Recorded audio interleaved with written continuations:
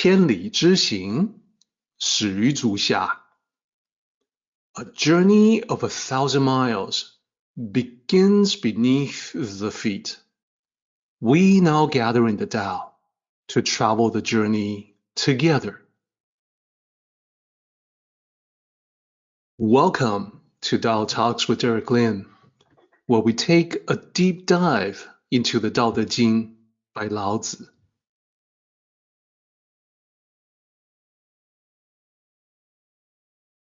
I would like to extend a warm welcome to you.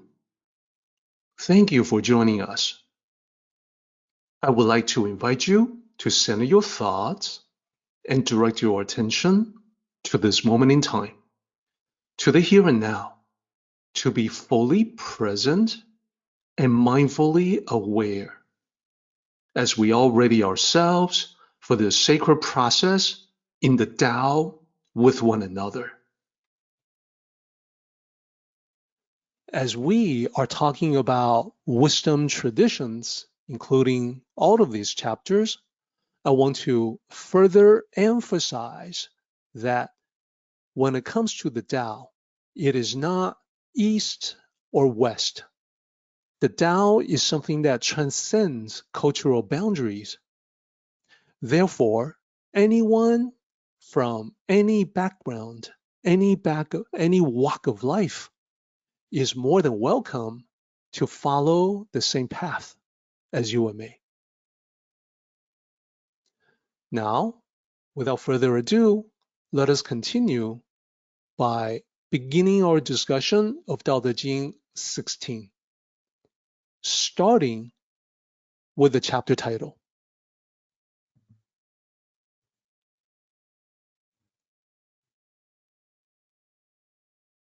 The title of this chapter is drawn from line 7 of this chapter. It speaks to returning to one's original nature.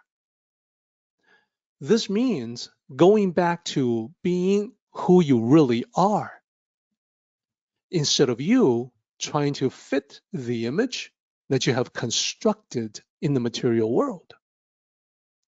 The fundamental Tao concept is that as we make our way through life, experiencing this world, learning from those experiences, fulfilling our karmic obligations, we become affected by the world. We can lose sight of our true selves.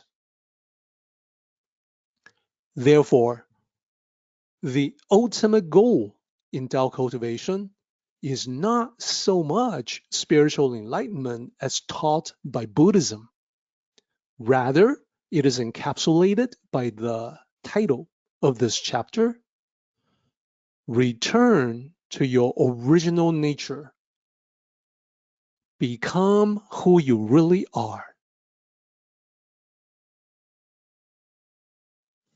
Let's take a look at the chapter itself.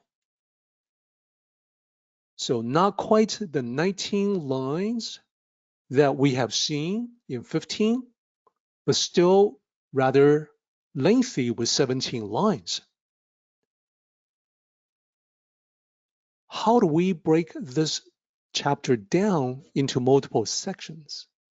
As we look at the beginning few lines, we don't see that many repeating characters indicating the presence of poetic structure. As we look further down, we begin to see some of them. So with this particular chapter, it is actually easier to work from the bottom up instead of from the top down as we normally would. When we look at the bottom part of this slide, it should be obvious that we do have some repeating characters from line 12 to 16. Let me highlight them and their corresponding translation for you so we can all see them more clearly.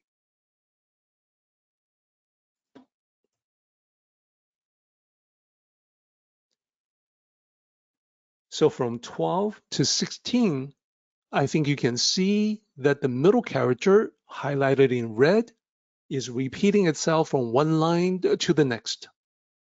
Plus, all of these lines are consisting of 3 characters each. So this definitely looks like a poetic construction.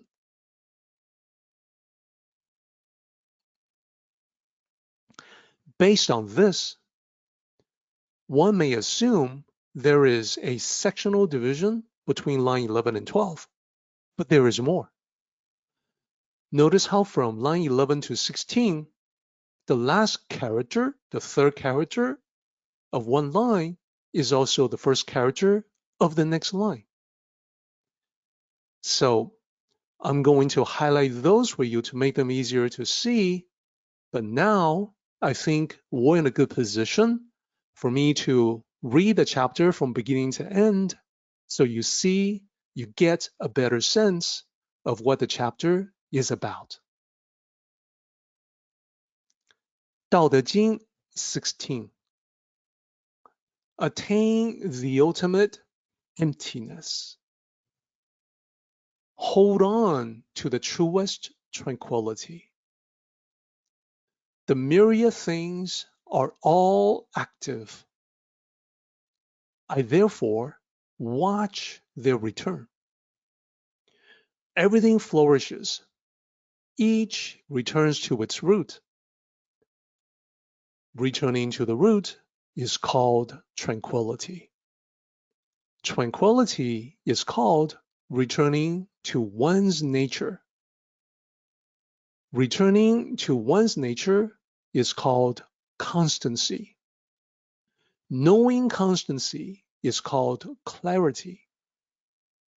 Not knowing constancy, one recklessly causes trouble. Knowing constancy is acceptance. Acceptance is impartiality. Impartiality is sovereign. Sovereign is heaven. Heaven is Tao. Tao is eternal. The self is no more without danger. I think similar to the previous chapter, this is one of the chapters of the Tao Te Ching that benefits greatly from guidance to really explore and clarify the meaning. Now, as I mentioned, from line in the bottom part of this chapter, in addition to the repeating middle character from 12 to 16, there's also a pattern where the ending character from one line becomes the beginning character for the next line. Let me go ahead and highlight those so they are easier to see.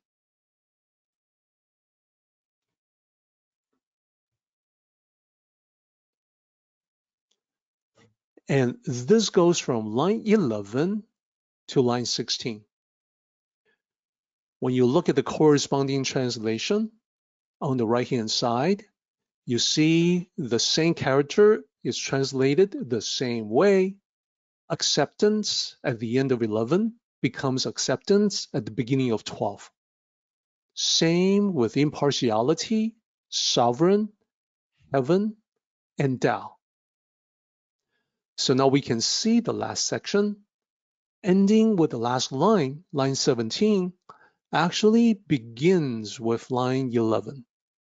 So that is where we can draw a dividing line to mark the section division. Then we can take a look at the lines above this section and see that there is another character repetition that we can detect. Let me ask you to take a look at the third character of lines 6, 8, and 9. And I think you can pick them out, but let me go ahead and highlight them and the corresponding translation. So the same character is translated the same way for all these 3 lines is called. So based on this and the absence of the same character in the lines above this level, we can see that from 6 to 10, they are a section as well. This leaves lines 1 to 5 as the first section without many significant repeating characters. We can still analyze the first 5 lines in terms of meaning. And we can see how the first 2 lines are really the introductory lines. They have 3 characters each, and they talk about related things. So let me go ahead and draw a shorter line to depict a subsection there. Attain the ultimate emptiness. Hold on to the truest tranquility. These are important lines, so let's go ahead and talk about them.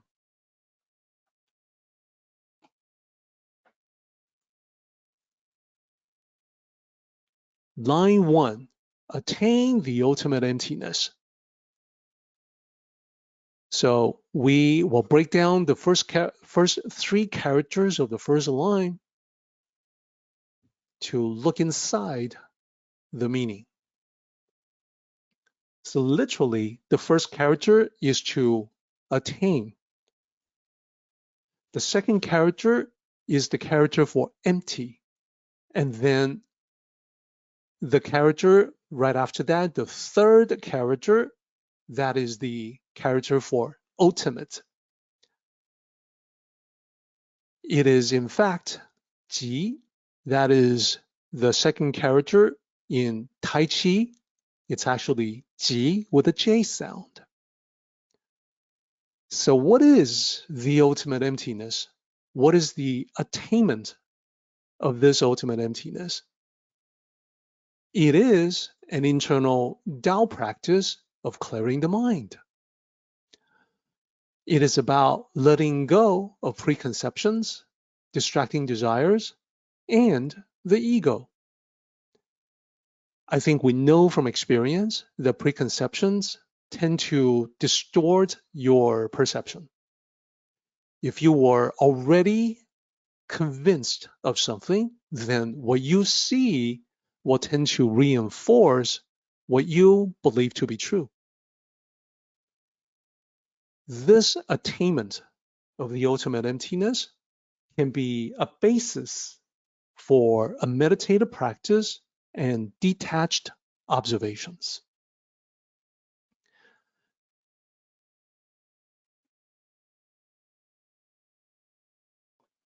Now, to go a little deeper into this, let me share this slide with you that talks about the ultimate emptiness. The image that you see here is a mirror. The mirror is used as a metaphor for the mind. So the mirror of your mind, it is an analogy that comes from Platform Sutra by Huineng, the 6th patriarch of Zen Buddhism.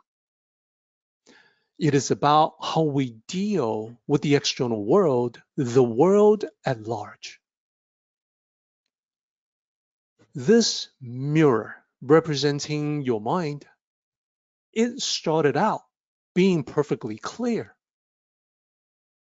But then the material world is full of dust. Dust represents all the things that we imagine we want in the material world, but don't actually need. Over time, the mirror becomes dusty. What do we do about that? Well, one can be diligent in wiping the mirror, keep it clear. The better way, the way of the ultimate emptiness, is to attain that, because what that does is that it makes the mirror essentially intangible. When the mirror is intangible, because you have let go of your ego, the dust motes will pass right through. There is nothing for them to land on. So this is what Lao Tzu meant when he wrote, Attain the ultimate emptiness. Even though he lived many centuries before the time of the sixth patriarch, he was talking about the same thing. You have to let go of attachments, the ego, the desires associated with that, and when you do so, dust will no longer have the power to obscure your essence. External temptations no longer have the power to distract you.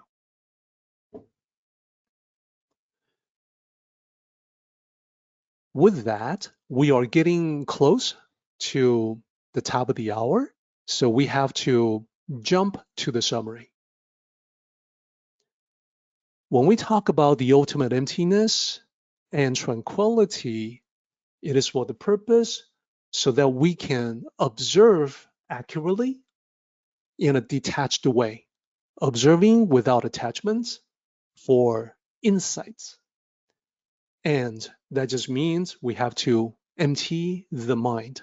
We have to gain that internal silence. We'll talk more about that next time. Lao Tzu, in this section, beginning section of 16, talks about observing nature, the myriad things of nature. So as a preview for next time, we'll talk about communing with nature and what we can learn there. And we can apply what we learn to observation of people as well. Our meeting has come to an end, but the journey continues on. Until next time, may the Tao fill you with peace and happiness.